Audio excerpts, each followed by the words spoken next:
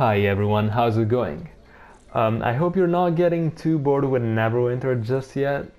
The Reaper challenges, this and that, the Nox boxes.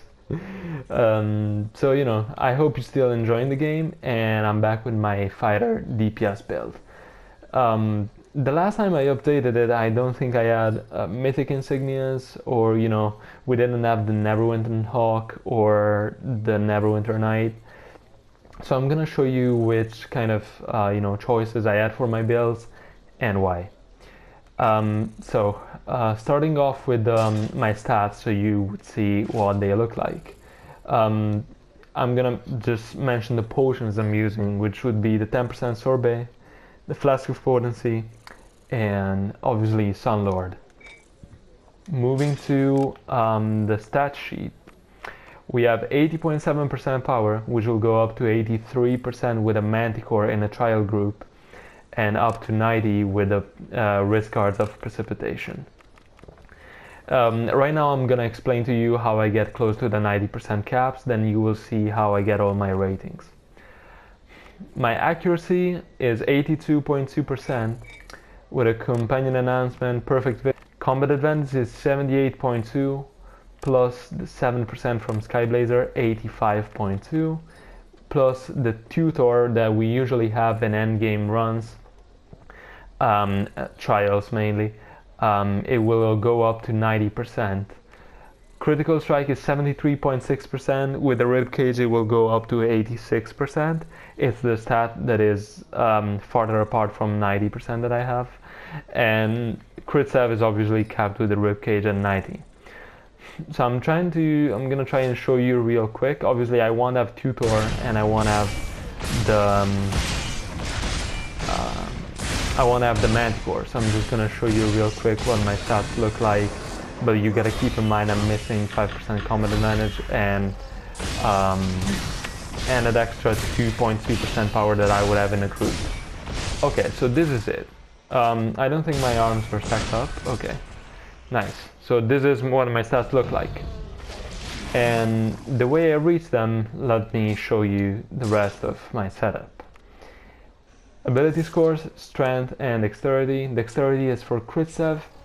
It's crucial because it's the only way we can reach the crit save cap without switching to half orc or having to put like a companion on or having to use Wildstorm elixir.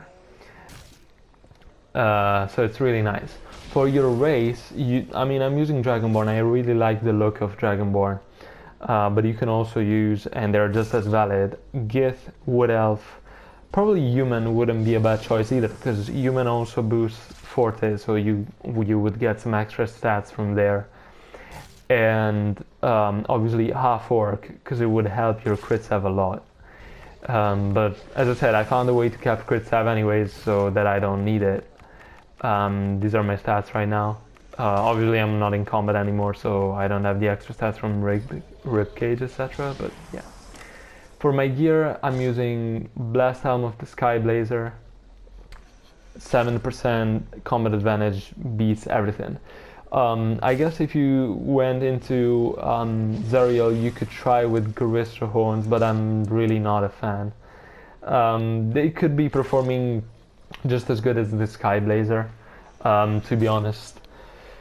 I'm just not a fan because 10 stacks, you would have to build one every second, and like Heavy Slash is pretty much once every second already, so every time Zerial would just fucking move, you would have to build them all again, and no, I'm definitely not a fan. And then we have the ribcage, 25% stats, can't give up on that. Risk guards of precipitation, because I don't like the spiked bump braces on any class that's not a barbarian. I really don't like them. I know they're decent and you get hit quite often in trials, but the chance of having to self-proc them on barbarian is what makes them really good in my opinion.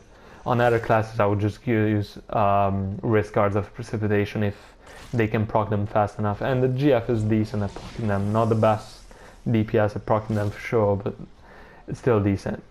And then we have Mastercraft weapons. These are the best weapons, so hopefully your whole group has them. But if they don't and you want to switch to a different kind of weapon, I would suggest Lionheart for ZC and Mirage for Tom. For Voss and other content, I would still use Mirage because bosses are not gonna have that long of a phase. So yeah, I would still go Mirage. If you don't have them, however, you can just run Lionheart. Moving on to the feat, I'm using Rusted Iron Leggings. As you can see, my combat advantage is 85% and gets capped by the tutor. The tutor is a companion that gives 5% combat advantage.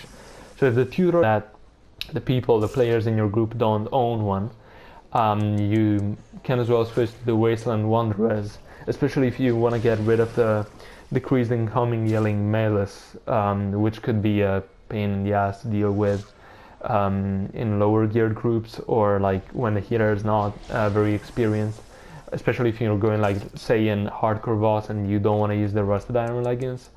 This is your next best choice. And then talking about the artifact set demo, it's really good. The necklace has 6 strength.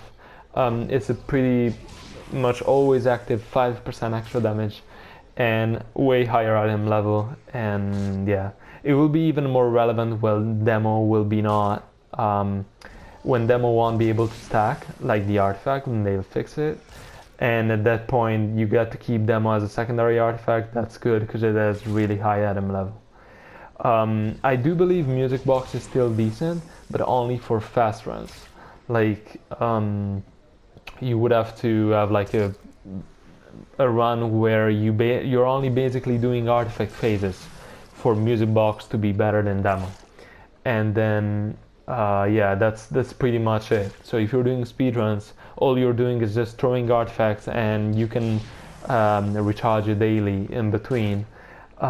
Just you know, blocking, because fighter is amazing because it can block and just generate action points out of nowhere while they're in combat. So that's great. If you're in a speedrun like that, like maybe 7, 8 DPS and Tom, and the phases are going super fast, you could also try music box. But Demo is an all-around that is really good to use in any given situation. Then we have the Benefair and Red Eyes Glare. Benefair is a no-brainer, like it's on its own 7-8% of your damage easily.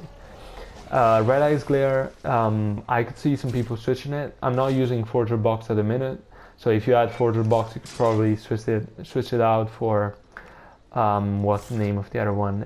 Queen Golden Ring. Yeah, Queen's Golden Opal Ring for the extra melee damage. The shirt and the pants, they both come from Hardcore Boss. The shirt is from the 3rd mini boss. It gives you encounter cooldown reduction, which is great because I managed to make this build work without a power shirt, which is good for people who want to save up on coals. And also you get an extra bonus on your encounters, which is great. The pants come from the 2nd mini boss in Hardcore Boss, as I said.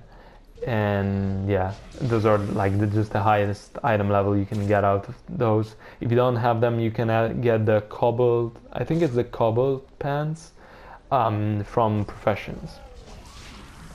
For your secondary artifacts, I'm using journals. I tried the new artifacts as well, like the higher item level ones.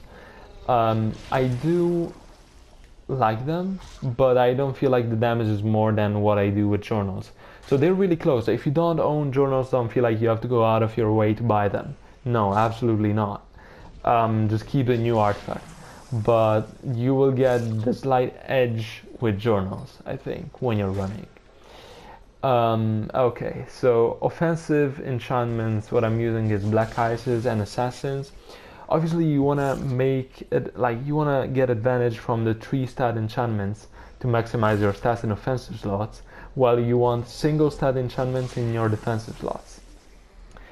In your defensive slots, it doesn't really matter, like you only have 4 of them. Even if you put 4 tacticals, which would be the best choice, it's still going to be 1.2% awareness, which is nothing. So any spare single stat enchantment you have, put in the defensive slot, and that's it. On my utility slots, I'm using Azures because movement speed is crucial for a fighter. it's even better than on other classes because you don't have a dodging mechanic. So it will allow you to like go faster towards the boss or get away faster. For overloads, this is probably the first build where I include them, but they are coming out of Nox boxes. So you can get like them back to back. You don't have to do harvests or help it if you're not keen on them. So I decided to include them. The best ones are Rage of Flames and Devil's Precision. If you wanted to go for cheap ones, you could go for the action points one, but the fighter doesn't really need action points. You can just throw your shield up and that's how you build action points. You could use like red glyphs of the Red Dragon, to have your Band of Air proc more, but it's not gonna make much of a difference, to be honest. So either you run with these overloads, or I would just run with no overloads whatsoever. Let's see. Heavy Slash modification on my main hand. I always forget to mention that. And on my offhand, I'm using reach at speed and accuracy. As I said, like accuracy is just a matter of ratings. So if you have different, say, companion gears or insignias, just put whatever fits your stats. And for my weapon enchantment, obviously Bylethorn. Nothing even comes close to it, which is sad, but yeah, we gotta stick with Bylethorn. And then we have Fire Burst on the armor enchantment. It's the only one that deals damage consistently. Like there are other armor enchantments such as Thunderhead, Longweave, I believe there's another one, but I'm forgetting it right now, that deal damage when you're getting hit, but they have a chance to proc, while Fire Burst, as long as it's out of cooldown, it will always proc. And I would say in a Tom run, it's probably going to be less than 1% of your DPS. It's probably going to be 1 million extra damage in a Tom run.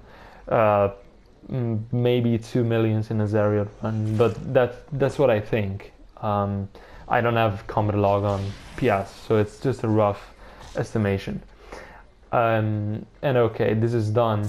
The reinforcement kits on the left side, you might have already peeked at it, but it's accuracy. On the right side, it's combat advantage. And we're moving on to powers now. So Heavy Slash is your go-to at will for single target. You want to use it on AoE to just get the extra damage dealt and to proc the second feat, so that your AoE encounters will do more damage.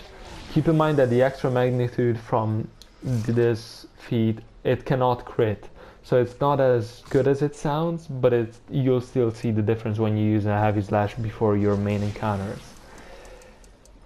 And then we have Reeve. Reeve is our ranged at-will to use when you can't get close to the boss, or in AoE situations where you want to hit multiple enemies. Encounters are Bull Charge, Anvil, and Griffin's Wrath. These are the encounters with the highest magnitude per second of cooldown. They're just the best choices. Even though Griffin's Wrath feels slow, it's still the best choice we have compared to Commander Strike or Knee Breaker. And for the dailies, obviously we have Mowdown, which is our single target daily. Our AoE daily would be Heart Shaker, but I'm using Second Wind here because I never use Earth Shaker in trials anyways, and Second Wind is just for oh shit situations. But as I said, it's just there to I don't know, keep us law. I always use Mowdown. Mowdown, you can empower it with a 4th feat, Striker's Mark. So if you do use it though, this feat will also, why is it so handy?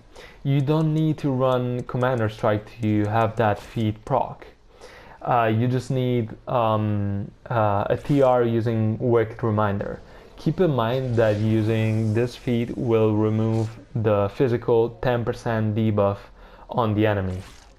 So you can decide not to use it. I don't think it's optimal though. The best thing to do would be using your daily towards the end of the artifact phase, so that most of the DPS will be done with their rotations and they already made use of the physical debuff, let's say. And this only happens during artifact phases anyways, because otherwise you wouldn't use your daily, unless like maybe 1 or 2 times in Zerial. So yeah, it's really not a big deal, and that magnitude, it counts for quite a bit of damage. So it's a good feat to have, in my opinion, unless you're like trying to maximize damage in a speed run or like extremely situational contexts where you would take it off. Like for the Zerial and Tom speed run, I took it off, but I'm not taking it off for any other kind of runs we were doing, if that makes sense. And class feature, 10% crit and momentum. In my artifact rotation, I'm able to use Bolt Charge twice, thanks to Artificer Persuasion and the cooldown shirt. So this actually works, let's say, twice in an artifact phase, and it's a lot more damage than what I get out of Enduring Vengeance. So that's it. If you don't like Bolt Charge and you don't want to use momentum, switch to Commander Strike and Enduring Vengeance, even though I do think that would be subpar. That would be a subpar setup. Now, I do also think this is more than 300 magnitude. I think it's about 380, but yeah, I don't have the things to test it. On the dummies, it just seems to be a higher than 300 on seeing how it's proportional to the normal hit of Bull Charge. Then feats, the first one is the one that makes Anvil relevant. The second one is only for AoE, but yeah, I'm using this one on AoE if you were wondering. Roiling Hatred, it just gives us infinite vengeance, so we don't have to do the annoying thing where we would have to go and how is it called? Seethe. Do like R1/R1/ just keep our vengeance up. That's bullshit. So we're doing Roiling Hatred. And Strike is marked for the reason I just said about the daily. And Executioner Cut, because we don't really drop under 50%.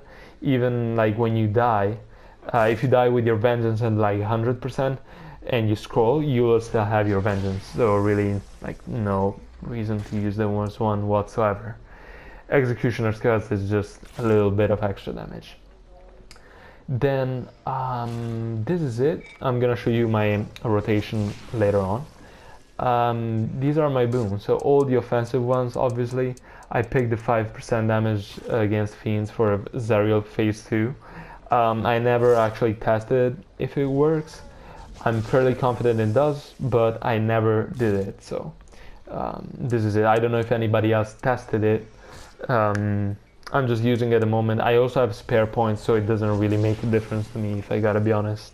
It's not gonna be a lot more damage though, it's just for phase 2, so really small part of your damage in Zerial. Tier 5, it's Forte and Recharge Speed. There's no questioning there, I think. Bloodlust, the first effect doesn't work. The other two though are the best effect you can get out of the Master Boons, so it's kind of a forced choice here. Going on to the Stronghold boons, we have Crit Strike, Awareness, and Revive Sickness. As I said, it's just a matter of ratings, so this is it. Companions, I'm running the Pseudo Dragon as summoned with 6 Indomitables. So the thing is, as I mentioned in my other video, the Lion is a really good choice, really consistent. The fact that it buffs other people and that extra little tick of damage they do, it's counted towards your damage, is nice. Plus the Lion actually buffs. It just happens to count towards your damage, but it actually buffs people. And it also intercepts damage. So what I'm saying is, and I'll only say it once because I already heard people complaining about a Lion. If you want to have a DPS race, a fair DPS race, go on Pseudo Dragon or whatever you'd like to use, Githyanki, Honey Badger. Don't use the Lion if you want to have a fair DPS competition race, whatever you want to call it. If you want to have a smoother, possibly faster run though, that's when you want to use the Lion. So if you want to compare to anybody else, if you want to be like, ooh, I'm better than this one, ooh, I want to see how my damage is compared to that guy, don't use the Lion. Make sure you're both not using Lion. If you just want to have smooth runs and you don't particularly care about your position on the leaderboard, and nobody else is trying to compare to you, so you don't care about having like an actual legit DPS race, let's say, then you can use the lion. What I'm just saying that because I'm not like bitching about the fact that the lion is overall better. It is overall better than the pseudo dragon to run, but I also know that like it's nice when you go in Tom and you know everybody has the same companion so that you could compare yourself to others. So if your group agrees with it, you can run whatever. To be honest, you can run whatever and nobody should question it. But if you're trying to compare to someone else, make sure you're both not using lion. Oof, okay, that was a long conversation. Companion enhancement is perfect vision for the accuracy. If you're lacking any of the other stats, just switch it to combat advantage or crit. And then we have obviously the companion gear from the bounties in Sharandar. Use whatever you have and then adjust your ratings with your insignias or offhand modification. My companion bonuses are Minsk, Batiri, because they're good. They're the best ones in their slots, and then I have Wolfgar and Dritz paired together to increase their respective stats, and Golden Cat. If you don't have the cat, you can use the Alchemist. The reason why I'm not using Neverwinter Knight is because it's lower than both Batiri and Minsk, and I do believe it only accounts for about 4% of your damage, while as Wolfgar with the stats it gives me, it's more than 4% extra damage, extra effective damage, I should say. The reason why I think that about the Neverwinter Knight is because we are fairly close to 80-90% personal buffs in optimized groups, or you want to maximize your DPS. So if you want to maximize your DPS, then I'm not using Neverwinter Knight. All the personal buffs we could get are the encounter color, the main hand modification on Atwills, 10% from Mastercraft, with 5% from Rage of Flames. There could be some from the group, so like as in Dritz, or what could it be? It could be Controlled Momentum. There are like any additive buffs sources coming from the group, Pillar of Power, I don't know, it could be whatever really. The Bard songs. And then we have, as fighters, we have 20% from Vengeance, 5% from Heavy Slash. We get an extra 5% from Demo, and I know of other classes that have even more than that. We get 5% from Rusted Iron Leggings as well. So it is a lot of personal buffs. That's why I don't feel like running the Neverwinter Knight, especially because I would have to lose one of the two companions of the whole, which would have to, like, the stats of the other one would just drop. And then we have mounts, rapid accuracy. You can also use, sorry, I just fucked it up. You can also use ferocity there, it's decent. They both are about the same amount of damage, I would like to say, but accuracy is more consistent, so that's why I went with it. Here I'm using 2 Assassin Covenant, 2 Warlords, and Artificer. Artificer is for our rotation, it's really nice. Double Warlord for my Pseudo Dragon. If you decide to run the Lion in your group, obviously you can switch to other things, because the Lion doesn't need Indomitables, nor it needs Warlord's Inspiration, so you can have, like, you can work around the build, let's say. And then 2 Assassin Covenant for extra stats. The colors, you can already see them. The most important ones, Crit 7 encounter colors. And that's really it. I hope my potions are still up. Yeah, they are. And I'm gonna show you guys real quick my rotation. So obviously you wanna have your Vengeance up before you go in. And after you build your Vengeance up, you want to make sure that your stamina is back up to 100% before going into the circle in Tom or Zariel, because you get extra damage from your stamina. If you have the power shirt, you lose 5k if your stamina is not up. And then you have 10% crit strike from stamina and 10% combat advantage. Where is it? Yeah, here. So you want to make sure they are very close to the maximum, both of the meters. And then you go in, what I usually do is like, let's say Tom in a non-particularly fast run, or Zerial. I go in to slash, anvil, bull charge, artifact, one slash, and then Griffin, daily, cancel with L3, tunnel vision, slash until I get bull charge and anvil back. This is it. So this is my rotation, guys. While you're not in an artifact phase, just spam your encounters as you get them, and that will be enough. It's really stupid, but it works. So I mean, and your hawk, the best way I found to use it, since I'm now using Forger Box because I don't need the stats from it, is you probably do like double tap on L3 to block, and then you use the hawk. So like this, and it doesn't take too much time. But the hawk is not like a big part of your DPS. Even if you're not using it and you decide to use a Forger Box instead, it's good too. Like the hawk is not as much of an increase of damage as you would think, because the animation takes quite a while. But yeah, I still like to use it, especially when you're running away from a boss or whatever. It's handy to just throw it there and get some extra damage. On my bar I'm using Stone of Elf, Alliance Battlehorn, and Hawk, as I said. The Battlehorn is not really needed. I just use it if I fuck up or like I die and I need action points or whatever. But yeah, you can play fighter with easily with Hawk and Forger Box, and it will be just as smooth. You can also replace the ring if that's the case. So don't worry about having a Battlehorn or whatever. I hope you guys enjoyed this build, and that is everything for as far as my, fighter DPS goes. And yeah, keep up the name of the fighter, guys. It's a really good DPS right now, and I hope you have fun with it. For now, it's everything, and I'll see you next time, guys. Bye.